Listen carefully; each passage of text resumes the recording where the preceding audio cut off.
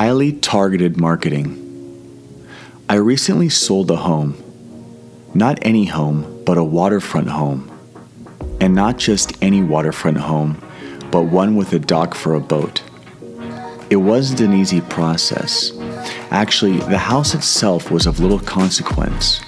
Sure, a newer home in great condition would have been nice, but that was less important. The most important aspects for the buyer were access to the waterfront and dock. A home can be upgraded or demolished and rebuilt, but access to the waterfront and the dock can't be changed. Incidentally, the home I did sell will be demolished, and a new one will be rebuilt to perfectly suit the owner's needs. What made the process hard was finding just the right setup. Over the course of many showings over several months, I learned a great deal about the intricacies of waterfront homes with boat access. These range from orientation of the dock to location in the harbor to permitting issues, all of which affect boat size. Question: if you are showing a home's dock and there's damage, will you be able to identify it? When your client sees an old dock and asks about repairs, will you know companies that do those repairs? Do you know the general costs of repairs, timelines, and potential permitting issues? Yes, I know you can find out, but a true specialist would likely know the answers off the top of their head. These questions and knowledge that a buyer will ask lead back to a very important and powerful tool: highly targeted marketing. If I were tasked with competing as an agent in that area, I would create a highly targeted marketing campaign. When I see agent websites and branding, almost always it's too general. That's no good. Your marketing needs to be as specific as possible so it highly matches a finite number of homes. As an example, this is typically done on a neighborhood level.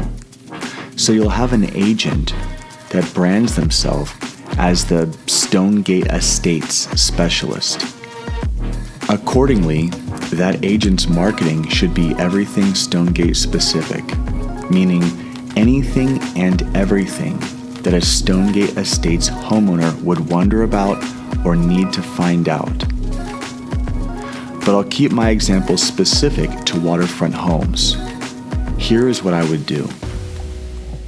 I would start by branding myself as a geographic location plus the words waterfront homes.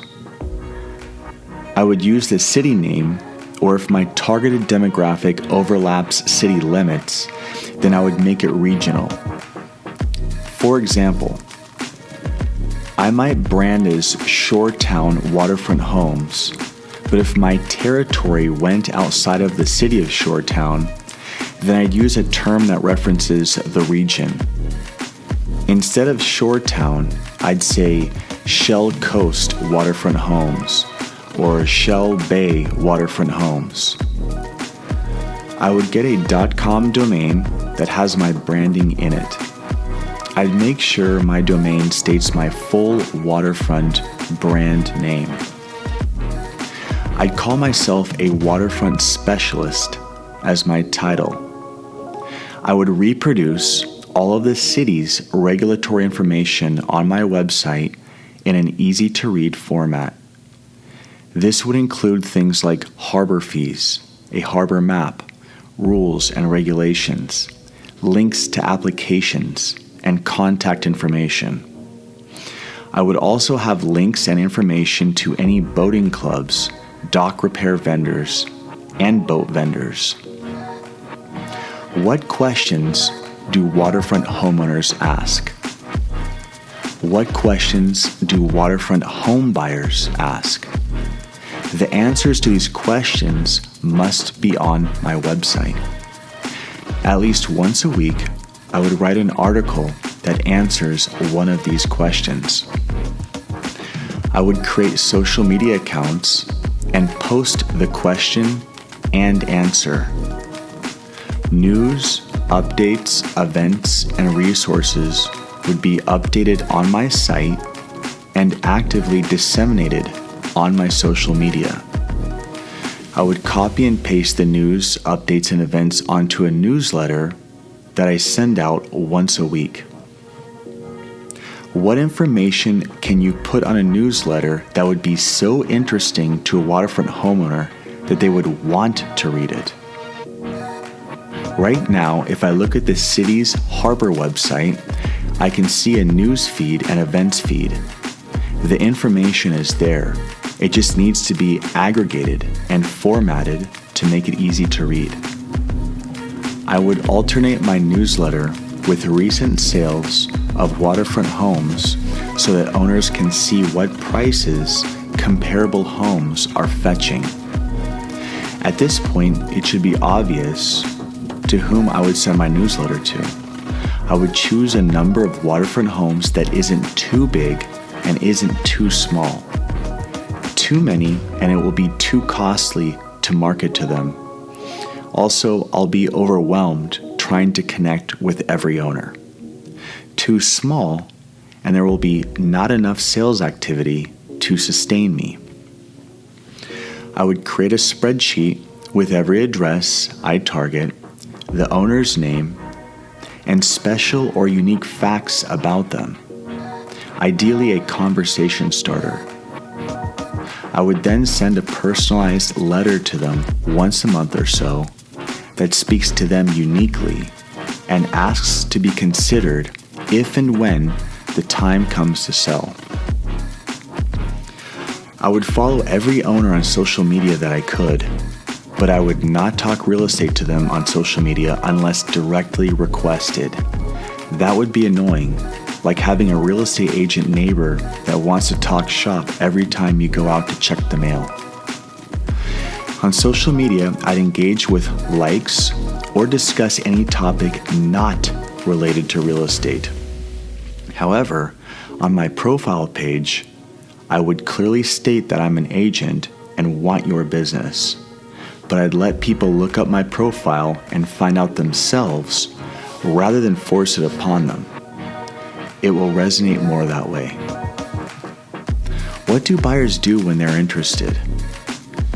They do searches online, they read about a product, the reviews, ask questions, and watch videos to learn. These habits create an opportunity to market to buyers of waterfront homes because you can create valuable content that leads them to you. I would create the Shoretown Waterfront Homebuyer's Guide, a package of information all about the things that buyers should know about when buying waterfront. Then I'd write articles. How to buy a waterfront home in Shoretown, or don't buy a waterfront home in Shoretown until you do this, or 3 things every waterfront home buyer should consider. I would walk the neighborhood and narrate with my phone's camera and then upload those videos to YouTube.